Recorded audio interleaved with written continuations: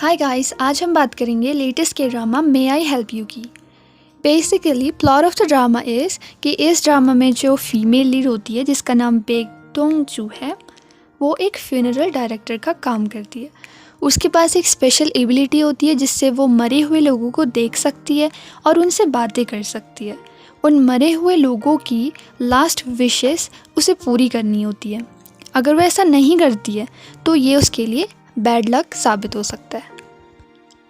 यानी कि अगर वो उनकी लास्ट विशेस को पूरा नहीं करती है तो उसके साथ कुछ ना कुछ बुरा होता रहेगा। अगर मेल लीड की हम बात करें तो वो अपने अंकल के अंडर काम करता है और उसका काम वो हर चीज़ होता है जो उसके क्लाइंट्स उसे करने के लिए डिमांड करते हैं। यहाँ तक कि एक बल्ब चेंज करने की सर्विस भी वो लोग प्रोवाइड करते हैं। ये तो हो गया हमारा इंट्रोडक्शन। अब बात करते हैं फर्स्ट एपिसोड की। एपिसोड की शुरुआत में हमारी मेन लीड बेक डोंग जू एक फ्यूनरल में किसी लेडी को थप्पड़ मार देती है। वो इसी तरह उस लेडी को 2-3 थप्पड़ मार देती है। तभी एक आदमी उस लेडी को प्रोटेक्ट करता है और तब बेक डोंग जू ये रिवील कर देती है कि इन दोनों का अफेयर चल रहा है।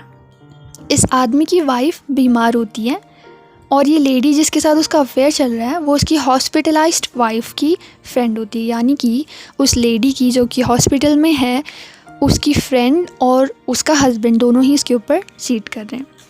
और इनके अफेयर के बारे में डोंगजू को एक डेड लेडी से पता चलता है जो शायद उस बीमार लेडी की फ्रेंड या कोई एक्वेंटेंस हो।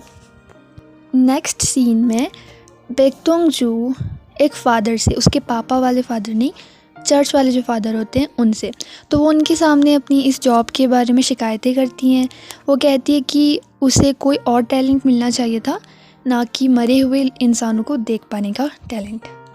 इस बात पे फादर उसे ये कह के सहानुभूति देते हैं कि अब सिर्फ 15 लोगों की लास्ट विशेस पूरी करना बाकी रह गया है, उसके बाद वो इन सब से छुटकारा पा सकती है।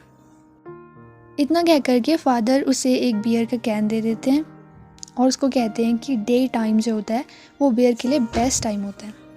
फिर सब लोग उसे सुबह सुबह तल्ली होते हुए देख करके हैरान हो जाते हैं। नेक्स्ट सीन उतना कुछ खास नहीं है, उसमें बस लड़का एक बच्चे का एक्सीडेंट होने से बचाता है। देन उसके बाद का जो सीन है इसी लड़के के दूसरे पार्टनर्स का है, जहाँ पर वो पता नहीं कौन सी स्कीम चला रहे होते हैं, शायद कुछ धंधा उन लोगों का वो होगा। इन्हीं 2 पार्टनर्स में से एक पार्टनर का इनकाउंटर लेटर ऑन होता है हमारी मेन लीड डोंग जू के साथ। ओके, खैर वो बाद में। फ़िलहाल इस सीन में इन बंदों की हर एक सर्विस को दिखाते हैं, जैसे कि कुत्तों को घुमाने ले जाना, पानी की डिलीवरी करना, एट्सेट्रा एट्सेट्रा। इन सभी सर्विसेज के लिए ये लोग अलग अलग रेट चार्ज करते थे। फिर एक लड़का जो कि मेन लीड बेक डोंग जू का BF होता है, उसका बॉयफ्रेंड होता है, वो इनका बिज़नेस बोर्ड देखता है, उसको पढ़ता है। और जब उसे ये पता चलता है कि ये जो बंदे हैं ये तो कुछ भी काम कर लेते हैं, बस थोड़ा सा इनको पे करो और किसी भी काम के लिए इन्हें हायर अप कर सकते हैं, तो वो उन्हें एक काम दे देता है। ओके, काम ये होता है कि उसकी जो गर्लफ्रेंड है यानी कि डोंगजू है, उसके पास जा कर के ब्रेकअप का मैसेज डिलीवर करना होगा। ये जो लड़का है बेक डोंग जू का बॉयफ्रेंड, वो खुद अपनी गर्लफ्रेंड के पास जा कर के उसके साथ ब्रेकअप करने की बजाय किम जिप्सा, ये जो दूसरा लड़का है, उसको मिलने को कहता है और मैसेज डिलीवर करने को कहता है, और इस काम के लिए वो उसे पैसे भी दे देता है। Okay, then next day Baek Dong Joo थोड़ा परेशान होती है कि क्यों उसका जो बॉयफ्रेंड है वो इसके मैसेजेस का रिप्लाई नहीं कर रहा है। हावेवर कुछ देर बाद उसका बॉयफ्रेंड उसे रिप्लाई करता है और उसको कहता है कि हम कल मिलेंगे। ओके, इस बीच एक सीन दिखाया जाता है जहाँ पर बेक डोंग जू और उसके बॉस पेट्रोल पंप पर अपनी कार खड़ी करते हैं क्योंकि उन्होंने पेट्रोल भराना होता है अपनी कार में। लेकिन वहाँ का जो ओनर होता है वो उन्हें अशुभ कह देता है और वहाँ से उन्हें भगा देता है। उनकी कार एक ब्लैक कलर की फ्यूनरल कार होती है जिसे कई सारे लोग अशुभ मानते हैं। इस सीन से हमें इस बात का आइडिया लगता है कि डोंगजू की लाइफ क्यों इतनी प्रॉब्लमेटिक रही थी। यही रीज़न उसके ब्रेकअप से भी कनेक्टेड है। नेक्स्ट सीन में डोंगजू उसके बॉयफ्रेंड से मिलने जाती है, लेकिन वहाँ उसकी BF की जगह किम जिप्सा होता है। जो कि उसके बॉयफ्रेंड का मैसेज डिलीवर करने के लिए वहाँ पर आया होता है। वो ब्रेकअप का मैसेज डिलीवर करता है और उसे ब्रेकअप का रीज़न बताता है। रीज़न ये होता है कि उसका जो बॉयफ्रेंड है वो उससे इसलिए ब्रेकअप कर रहा है क्योंकि उसे दोंगजू का हाथ पकड़ना पसंद नहीं है। ये रीज़न दोंगजू की जॉब से रिलेटेड है। उनका काम मरी हुई लाशों के साथ का है। ये सुन के दोंगजू बहुत दुखी हो जाती है। ये मैसेज डिलीवर करने के बाद किम जिप्सा जा ही रहा था कि दोंगजू उसे रुका देती है। वो उसे पैसे पकड़ा देती है। लड़का कुछ समझ नहीं पाता है कि वो उसे क्यों पैसे दे रही है। तभी दोंगजू उसके पैर में ज़ोर से किक मारती है और चिल्लाती है, मैं तुमसे ब्रेकअप कर रही हूँ, ना कि तुम मुझसे, बेवकूफ़ कहेंगे। दोंगजू उसे ये मैसेज डिलीवर करने को कहती है। जिप्सा उस पर चिल्लाता है लेकिन बैडिस दोंगजू को देख करके बेचारा चुप ही हो जाता है। दोंगजू उसे सुनाने लगती है और उसकी जॉब को पैथेटिक कह करके वहाँ से चली जाती है। बाद में लड़का ये इंसिडेंट अपने दोस्तों को बताता है और वो सब इस सोच में पड़ जाते हैं कि आखिर उसके हाथों में ऐसा क्या है जो उसका बॉयफ्रेंड उसका हाथ नहीं पकड़ना चाहता। नेक्स्ट सीन में दोंगजू अपने हाथों को देखकर उसी सोच में पड़ जाती है और उसे उसके बॉयफ्रेंड के द्वारा डिलीवर किया हुआ मैसेज याद आता है। उसके बाद उसके पास्ट का फ्लैशबैक दिखाया जाता है। दोंगजू पहले एक एथलीट होती है जो कि टेनिस खेलती है, लेकिन वो फ्यूनरल डायरेक्टर की जॉब के लिए इसलिए अप्लाई करती है क्योंकि उसे ये जॉब जो है वो बहुत ज़्यादा फ़ायदेमंद लगती है। वो कुछ रीज़न्स देती है कि क्यों उसे ये जॉब फ़ायदेमंद लगती है। जॉब मिलने के बाद दोंगजू एक बच्चे की डेड बॉडी पर कोई मेडिसिन या फिर क्रीम अप्लाई कर रही होती है। तभी वो मरा हुआ बच्चा उससे बात करने लगता है।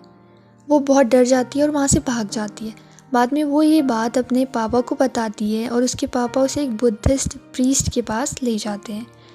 वहाँ से निकलने के बाद उसके पापा उसे इस बात के लिए डांटते हैं कि वो वहाँ पर क्यों गई और उसे उस जगह जाने से बिल्कुल मना कर देते हैं।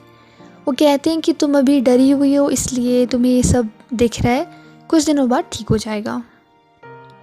उसके बाद से दोंगजू हमेशा कोशिश करती है कि उस बच्चे के बारे में ना सोचे, अपनी लाइफ को नॉर्मल तरह से जीने की कोशिश करती है, लेकिन उसे वो हर बार दिख जाता था। वो बहुत अनलकी महसूस करने लगी थी। सारी अनलकी चीज़ें उसी के साथ होती थी। वो फादर से इस बारे में बात करती है। फादर उसे रिकमेंड करते हैं कि वो उस जगह पर वापस जाए और 15 लोगों की लास्ट विशेस पूरी करे। पहले तो दोंगजू मना कर देती है और वहाँ से चली जाती है, लेकिन जब वो वहाँ से निकल रही होती है तो बैड लक की वजह से वो सीढ़ियों से गिर जाती है और उसे फिर से चोट लग जाती है। इस वजह से वो वहाँ वापस जाने का डिसीज़न ले लेती है और सोचती है कि इस बैड लक को उसे ख़त्म करना है। अगले सीन में एक मिडिल एज्ड अंकल को ड्राइविंग करते हुए दिखाया जाता है और सीन में उनकी डेथ हो जाती है। जब वो ड्राइविंग कर रहे होते हैं तो इसमें एक लड़का दिखाया होता है जिसकी हमें शक्ल नहीं दिखाई है, वो फ़िलहाल मिस्टीरियस है। तो अंकल की डेथ हो जाती है और उन्हें फ्यूनरल पार्लर में ले जाया जाता है। वहाँ पर वो दोंगजू से मिलते हैं।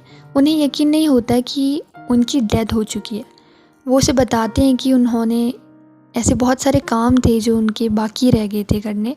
वो अपनी आखिरी इच्छाएं दोंगजू को बताते हैं और रिक्वेस्ट करते हैं कि वो उन्हें पूरा करे। उनकी लास्ट विश ये थी कि वो अपने बेटे को देखना चाहते थे। उस बेटे को उन्होंने 25 सालों से नहीं देखा था। फिर उनकी स्टोरी का फ्लैशबैक होता है। फ्लैशबैक में दिखाया जाता है कि वो अपने बेटे को अपने स्टेप ब्रदर के घर छोड़कर कहीं जाने वाले होते हैं। 3 महीने तक अपने बेटे को अपने भाई के घर में रखने के लिए वो अपने भाई को पैसे देते हैं। उनका बेटा उनके साथ ही रहना चाहता है और ज़िद करने लगता है। बहुत समझाने पर भी बेटा नहीं समझता, तो वो उससे भाग कर जाने लगते हैं। उनका बेटा भी उनके पीछे दौड़ने लग जाता है और उसी दौरान उसकी किसी से टक्कर हो जाती है। इस इंसिडेंट में उसका हाथ जल जाता है। वो ज़ोर ज़ोर से अपने पापा को बुलाता है, लेकिन ये सब देखने के बाद भी उसके पापा वहाँ नहीं रुकते हैं। 3 महीने बाद वो अपने बेटे को लेने वापस आते हैं, लेकिन वो खो चुका होता है। वो उसे हर जगह ढूंढते हैं लेकिन उन्हें अपना बेटा कहीं नहीं मिलता। डोंगजू सोच में पड़ जाती है कि वो कैसे उनके बेटे को ढूंढेगी। तभी वो उन मरे हुए अंकल के सौतेले भाई और उनके भाई की गर्लफ्रेंड की बातें सुनती है, जिससे उसे ये तो कंफर्म हो जाता है कि उनका बेटा अभी भी ज़िंदा है। शराब के नशे में सौतेला भाई अपना फ़ोन फेंक देता है, जिसे डोंगजू चालाकी से ले तो लेती है लेकिन उसे कोई हेल्प नहीं मिल पाती। फिर डोंगजू एक पोस्टर बनवाती है जिसमें उन मिडिल एज अंकल जिनकी डेथ हो गई थी उनकी इन्फॉर्मेशन दी होती है, उनकी डेथ की इन्फॉर्मेशन दी होती है, साथ ही उनके बेटे की जो कि खो गया था उसकी भी डिटेल्स दी होती है। कोइंसिडेंटली किम जिप्सा ही उनका खोया हुआ बेटा होता है अकॉर्डिंग टू दिस एपिसोड। वो पोस्टर तो देखता है लेकिन फिर वहाँ से चला जाता है। डोंगजू उनके बेटे का इंतज़ार करती रहती है। काफ़ी देर बाद एक आदमी वहाँ रोते हुए आता है। डोंगजू को लगता है कि वही उन अंकल का बेटा होगा लेकिन वो कोई और होता है। कुछ देर में उनका सौतेला भाई अपनी गर्लफ्रेंड के साथ वहाँ से चला जाता है। डोंगजू वहीं रुक जाती है। उसे ये उम्मीद होती है कि उनका बेटा अभी भी आ सकता है। वो काफ़ी देर वहाँ रुकती है लेकिन कोई नहीं आता। अब वो आशा खो चुकी होती है और वहाँ से जाने लगती है। तभी उसे वहाँ किम जिप्सा दिखता है। वो उसके हाथ में जले हुए का निशान देखती है और समझ जाती है कि वही उनका बेटा है। और ये एपिसोड यहीं ख़त्म हो जाता है।